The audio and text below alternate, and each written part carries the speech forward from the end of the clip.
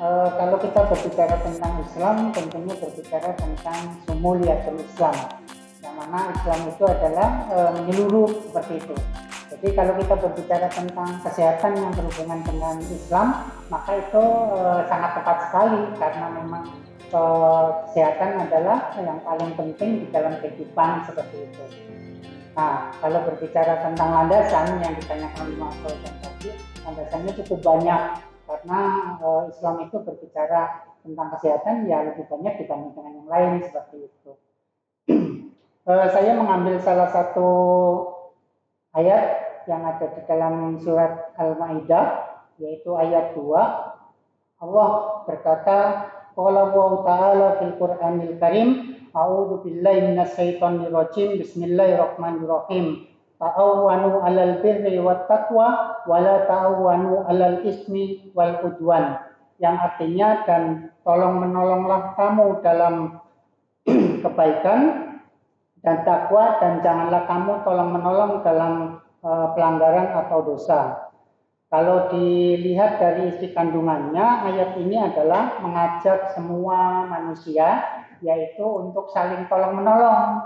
Nah, tolong-menolongnya tentunya adalah tolong-menolong dalam kebaikan, bukan tolong-menolong dalam hal-hal yang buruk seperti itu.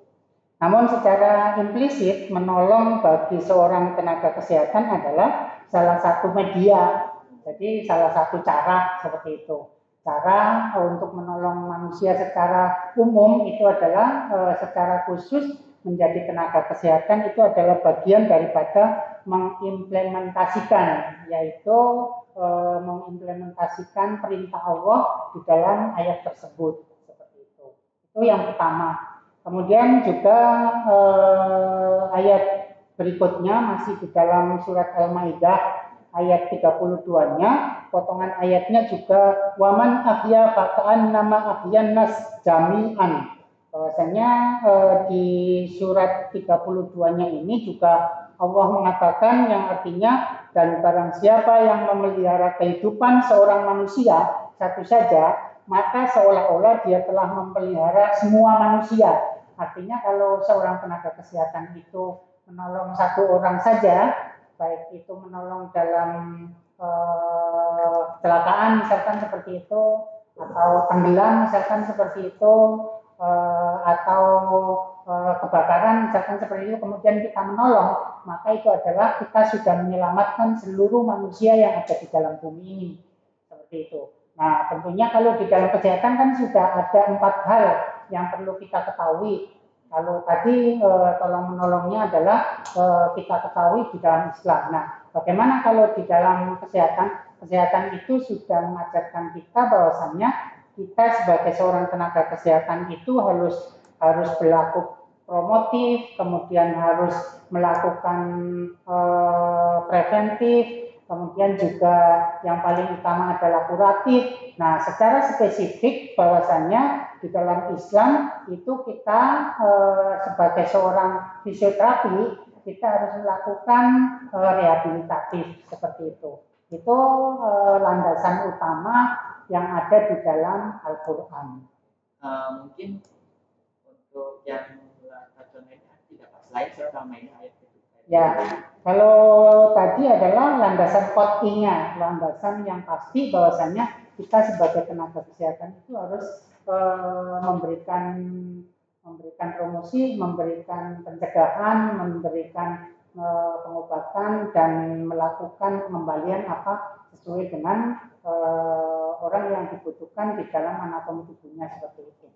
Nah, kalau kita berbicara tentang landasan berikutnya, tentunya adalah mengacu kepada hadis, dan juga banyak hadis yang yang berbicara tentang kesehatan. Karena Rasulullah itu menerjemahkan atau mengaplikasikan ayat-ayat di dalam Al-Quran yang berhubungan dengan kesehatan itu juga banyak. Contoh misalkan salah satu hadis yang diriwayatkan oleh Abu Hurairah, an Abi Hurairah radhiyallahu anhu anin Nabiyyi sallallahu alaihi wasallam qala man nafsa an mu'minin kurbatin min kurbatin dunya nafsawahu anhu kurbati yaumil qiyamah. Yang artinya barang siapa yang melapangkan orang mukmin dari satu kesusahan dunia, maka Allah akan melapangkan dari salah satu kesusahan di akhirat. Dan barang siapa yang meringankan penderitaan seseorang, maka Allah juga akan meringankan penderitaannya di dunia dan akhirat. Ini bagi siapa? Tentunya adalah bagi para tenaga kesehatan seperti itu. Nah, tenaga kesehatan atau tenaga medis secara khusus bahwasannya misalkan seorang fisioterapi kemudian mengembalikan kesusahan orang, misalkan orang yang sudah sakit kemudian diobati oleh perawat dan dokter, nah kemudian belum sembuh-sembuh kemudian dilakukan rehabilitatif oleh fisioterapi misalkan seperti itu, maka itu adalah sama dengan membantu orang, sama dengan menyelamatkan orang, sama dengan meringankan orang, maka balasannya itu bukan hanya di dunia saja, tapi di akhirat juga mendapatkan amal kebaikannya yang telah dilakukan kepada orang lain tadi, seperti itu. Nah itu ada kaitan, sangat berkaitan sekali dengan ta'awanu yang di dalam surat Al-Maidah ayat 2 dan ayat 32 tadi, seperti itu. Kemudian juga Rasulullah mengatakan bahwasanya khairun nas anfa'uhum linnas, yang artinya bahwasanya sebaik-baik manusia adalah yang paling bermanfaat untuk orang lain. Nah, kalau berbicara di sini tentang profesi fisioterapi misalkan seperti itu atau tenaga kesehatan yang lain, kan karena tenaga kesehatan itu banyak, ada 22 tenaga kesehatan. Tapi khusus kepada fisioterapi bahwasanya insya Allah bermanfaat bagi orang lain, yaitu karena dasarnya, sasarannya, targetnya, kemudian jangkauannya pengobatan fisioterapi itu sangat luas, dari 0 tahun, dari pranatal sampai pasca natal, seperti itu. Kemudian juga bagi anak-anak tumbuh kembang anak-anak yang tidak bisa bicara, anak-anak yang idiot, misalkan seperti itu kan butuh fisioterapi, butuh terapis. Kemudian juga misalkan remaja atau para atlet misalkan seperti itu, dari atlet daerah, atlet nasional sampai atlet internasional, maka itu juga butuh tenaga fisioterapi, yaitu sebagai pendamping seperti itu, baik sebagai preventifnya ataupun sebagai rehabilitatifnya seperti itu. Dan juga para pekerja kantor, misalkan promotifnya sebagai tenaga sebagai seorang fisioterapi itu juga melakukan promotif agar tidak terjadi LBP, tidak terjadi HNP, misalkan seperti itu. Nah itu adalah tugas seorang fisioterapi, memberikan promotif kepada para pekerja kantor misalkan seperti itu, dan masih banyak lainnya sampai kepada orang tua atau sampai kepada lansia, semuanya adalah membutuhkan fisioterapi. Sehingga fisioterapi ini jangkauannya sangat luas, terutama di dalam sistem anatomi tubuh manusia. Misalkan di muskuloskeletalnya, kemudian neuropsikiatrinya, kemudian kardioverasinya, seperti itu. Semuanya sistem yang ada di dalam tubuh manusia itu membutuhkan tenaga fisioterapi untuk mengembalikan sistem yang ada di dalam tubuh itu sesuai dengan manfaat jaringan yang ada di dalam tubuh, seperti itu. Kemudian itu tadi landasan yang ada di dalam Al-Quran dan landasan yang ada di dalam hadis. Nah, begitu juga bahwasanya kita kan hidup di Indonesia nih, kita hidup di Indonesia, maka ada regulasi atau yang disebut ada yang mengatur. Nah, yang mengatur itu adalah Permenkes.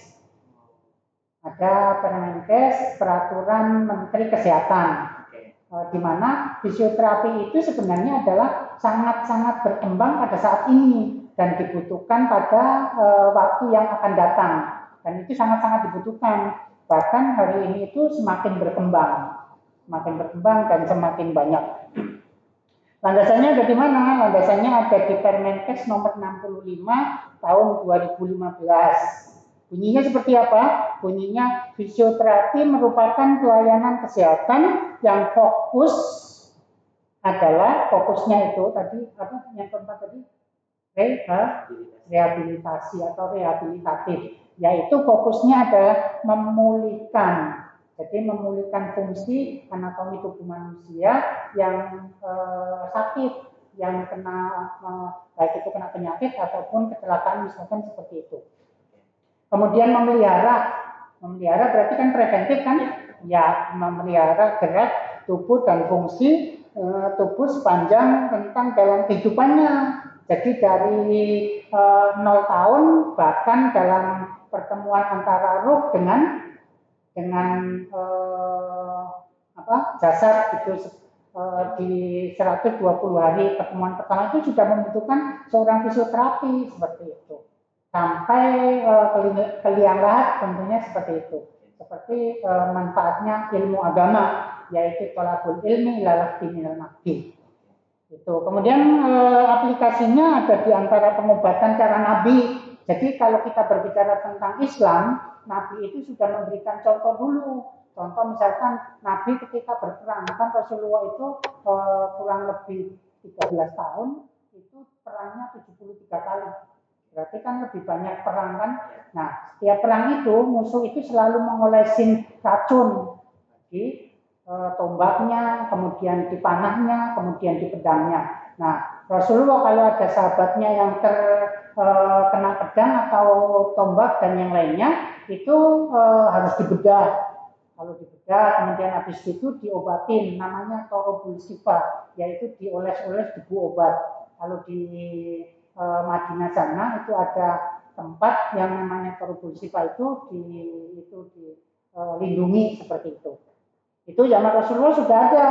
Nah, kemudian dipanasin. Habis dioles-olesin debu obat itu terus dipanas-panasin seperti itu. Nah, pemanasan itu sekarang sudah dikembangkan kan?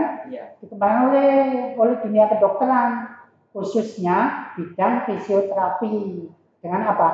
Dengan pemanasan, dengan sinar X, dengan ultraviolet seperti itu. Itu adalah dunia Islam yang hakikatnya adalah hari ini berkembang. Ya, apa sih Pak? Promotif, preventif, kuratif, dan rehabilitatif itu lebih jelas seperti apa sih? Baik, kita gabungkan ya antara Islam dengan kesehatan. Tadi kita sudah berbicara Islam, kemudian kita berbicara tentang kesehatan. Yaitu kalau berbicara tentang kesehatan tadi ada 4 ya. Yang pertama promotif, yang kedua preventif, yang ketiga kuratif, dan yang keempat rehabilitatif. Nah, ini sebenarnya diaplikasikan di dalam Islam, sudah kehidupan kita sehari-hari seperti itu. Bahwasannya, misalkan kalau kita secara spiritual di dalam kesehatan, itu upaya fisioterapi dalam rangka pelayanan kesehatan itu tentunya adalah berbicara tentang semua aspek. Tadi, sumuliyatul Islam. Islam itu berbicara tentang aspek kesehatan, kemudian mencakup 4 hal yang berhubungan dengan kesehatan tersebut. Seperti itu. Nah, promotif misalkan ya, sekarang kita bicara tentang yang pertama, promotif misalkan. Islam mengajarkan bahwasannya, apa sih promotif itu? Promotif itu ya promosi. Promosi itu berarti mengajak. Kemudian itu adalah daripada preventif. Nah, apa yang dilakukan oleh Islam? Yang dilakukan oleh Islam itu adalah berdoa. Nah, doa ini diajarkan oleh Rasulullah. Bunyinya seperti apa? Bunyinya seperti bahwasannya kita diajarkan Allahumma afini fi badani. Berarti kan kesehatan semua kan sebagai promo agar kita selalu sehat. Kemudian Allahumma sam'i. Berarti pendengaran. Kemudian Allahumma basori, mata kita. Nah, 3 organ tubuh ini yang hakikatnya semua ada di dalam anatomi tubuh kita itu bentuknya adalah promotif, meminta kepada Allah seperti itu. Nah, ini spiritual head yang hakikatnya adalah kita itu agar selalu sehat gitu. Ini kalau dihubungkan dengan fisioterapi. Kemudian juga memberikan pendidikan dan pelatihan kepada masyarakat agar tujuannya adalah memodifikasi hidupnya. Memodifikasi hidupnya itu lebih terpelihara. Karena Islam itu adalah harus memelihara jasadnya, harus memelihara jiwanya, harus memelihara ruhnya, sehingga bahwasanya manusia itu adalah biar agar selalu sehat ketiga-tiganya, seperti itu. Nah, kemudian yang kedua adalah preventif. Nah, apa hubungannya dengan Islam dan kesehatan tentang preventif? Rasulullah mengatakan bahwasanya atau Rasulullah bersabda as-sihata qabla sakomik. Awalnya itu intan khomsa qabla khomsin. Jagalah yang 5 sebelum datang yang 5. Nah, yang pertama itu as-sihata qabla sakomik, yaitu sebagai preventif kan ini. Menjaga kesehatan itu adalah sebelum mengobati. Artinya umat Islam itu jangan sampai sakit, sebagaimana Rasulullah juga tidak pernah sakit. Sakitnya hanya 2 kali sebelum meninggal saja gitu. Jadi enggak sebentar-sebentar sakit, sebentar-sebentar ngeluh seperti itu. Nah, tugas seorang fisioterapi atau hubungannya dengan Islam juga itu bahwasanya harus dijaga. Namanya preventif. Kemudian kita juga harus selalu hati-hati menjaga tubuh kita dan tubuh kita itu. Kenapa? Karena tubuh kita itu adalah amanah Allah. Amanah Allah yang tidak boleh dilenakan. Manusia itu terlena dengan 2 hal, yaitu ketika waktu luang dan ketika badannya sehat. Kalau udah sehat, ya kadang-kadang kemudian digunakan yang tidak bermanfaat seperti itu. Begitu juga punya waktu kadang waktu luang, kemudian belum datangnya sibuk, semaunya sendiri seperti itu. Nah, seperti itu. Kemudian dalam kaidah usuliyatnya atau usul fikihnya bahwasanya dinyatakan ada dari Ibnu Abbas berkata, aku pernah datang menghadap Rasulullah. Jadi sahabat Ibnu Abbas ini menghadap Rasulullah, kemudian bertanya, ya Rasulullah, ajarkan kepadaku sesuatu doa akan saya baca setiap hari seperti itu.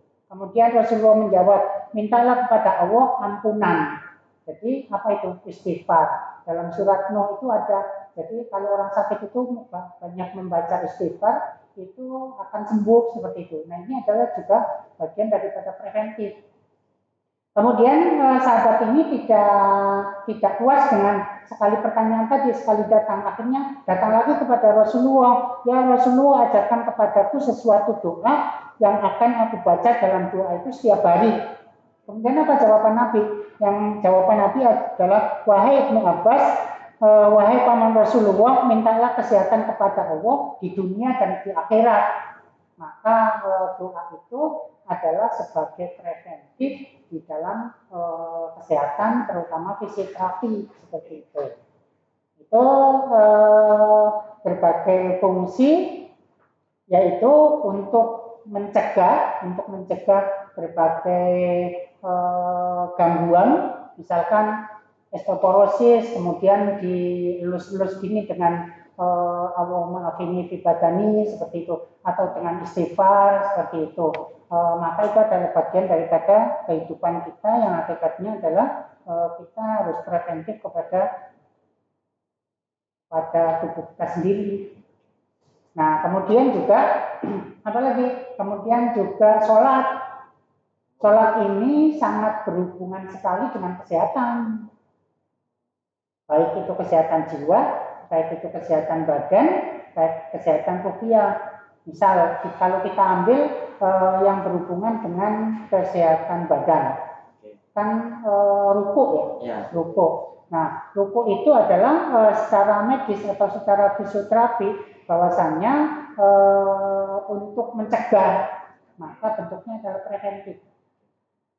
Nah, apa yang dicegah? Yang dicegah adalah agar tidak muncul sakit pinggang. Nah, sakit pinggang ini sebenarnya adalah macam-macam. Misalkan LBP, low back impact seperti itu. Jadi kalau habis ruku sering digunakan ruku kan elastis ya, elastis. Maka yang suka yang sering sholat, menjalankan sholat 5 waktu, menambah waktu-waktu sholat, maka pinggangnya itu akan lebih lentur dibanding yang tidak pernah sholat seperti itu. Nah, itu adalah bentuk preventif dari suplai oksigen, suplai darah ke dalam otak itu ketika sujud itu lebih cepat dibanding dengan ketika berdiri atau duduk biasa seperti itu. Nah, inilah beberapa bentuk yang hakikatnya adalah merupakan spiritual di dalam kesehatan yang hakikatnya adalah harus dilakukan di dalam Islam atau hubungannya dengan kesehatan. Misalnya dunia kesehatan yang mana kurang lebih 22 tenaga kesehatan, salah satunya adalah fisioterapi, yang mana mulai tahun 2016 itu sangat dibutuhkan oleh pemerintah. Yang kalau di presentasi itu hari ini tenaga fisioterapi itu masih jauh